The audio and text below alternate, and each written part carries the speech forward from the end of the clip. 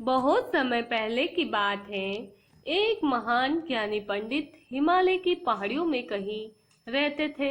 लोगों के बीच रह रहकर वह थक चुके थे और अब ईश्वर भक्ति करते हुए एक सादा जीवन व्यतीत करना चाहते थे।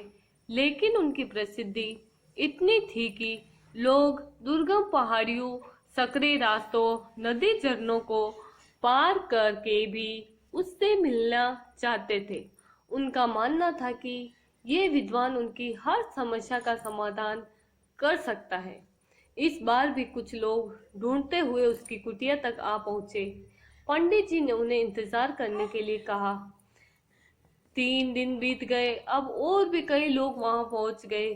जब लोगों के लिए जगह कम पड़ने लगी तब पंडित जी बोले, आज मैं आप सभी के प्रश्नों का उत्तर दूंगा, पर आपको वचन देना होगा कि यहाँ से जाने के बाद आप किसी और से इस स्थान के बारे में नहीं बताएंगे, ताकि आज के बाद मैं एकांत में रहकर अपनी साधना कर सकूं। चलिए अपनी अपनी समस्याएं बताइए। ये सुनते ही किसी ने अपनी परेशानी बतानी शुरू कर दी, लेकिन वह अभी कुछ शब्द ही बोल पाया था कि बीच में किसी और ने अपनी बात कहनी शुरू कर दी। सभी जानते थे कि आज के बाद उन्हें कभी पंडित जी से बात करने का मौका नहीं मिलेगा, इसीलिए वे सब जल्दी से जल्दी अपनी बात रखना चाहते थे। कुछ ही देर में वहां का दृश्य मछली बाजार जैसा हो गया और अंततः पंडित जी को चीख कर बोलना पड़ा, कृपया शांत रहिए।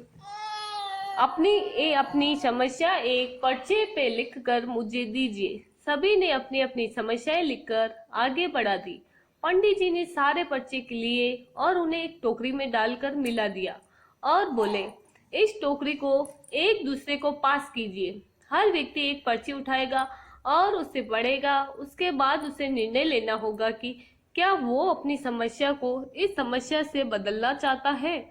हर व्यक्ति एक पर्चा उठाता, उसे पढ़ता और सहम सा जाता। एक एक करके सभी ने पर्चियां देख ली, पर कोई भी अपनी समस्या के बदले किसी और की समस्या लेने को तैयार नहीं हुआ।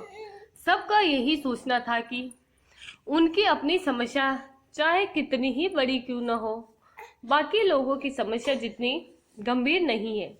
2 घंटे बाद सभी अपनी अपनी पर्ची हाथ में लिए लौटने लगे। वे खुश थे कि उनकी समस्या उतनी बड़ी भी नहीं है जितना कि वे सोचते थे। फ्रेंड्स, ऐसा कौन होगा जिसकी लाइफ में एक भी प्रॉब्लम ना हो। हम सभी के जीवन में समस्याएं हैं। कोई अपनी हेल्थ से परेशान है तो कोई लक ऑफ वेल्थ से। हमें इस बात को एक्सेप्ट करना चाहिए कि लाइफ है तो छोटी बड़ी समस्याएं आती ही रहेगी। ऐसे में दुखी होकर उसी के बारे में सोचने से अच्छा है कि हम अपना ध्यान उसके निवारण में लगाएं, और अगर उसका कोई सॉल्यूशन ही न हो तो अन्य प्रोडक्टिव चीजों पर फोकस करें।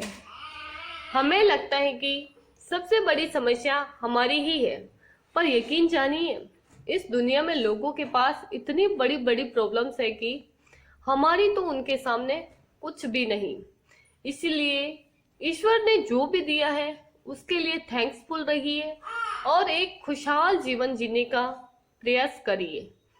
Thank you for watching. Like, share and subscribe.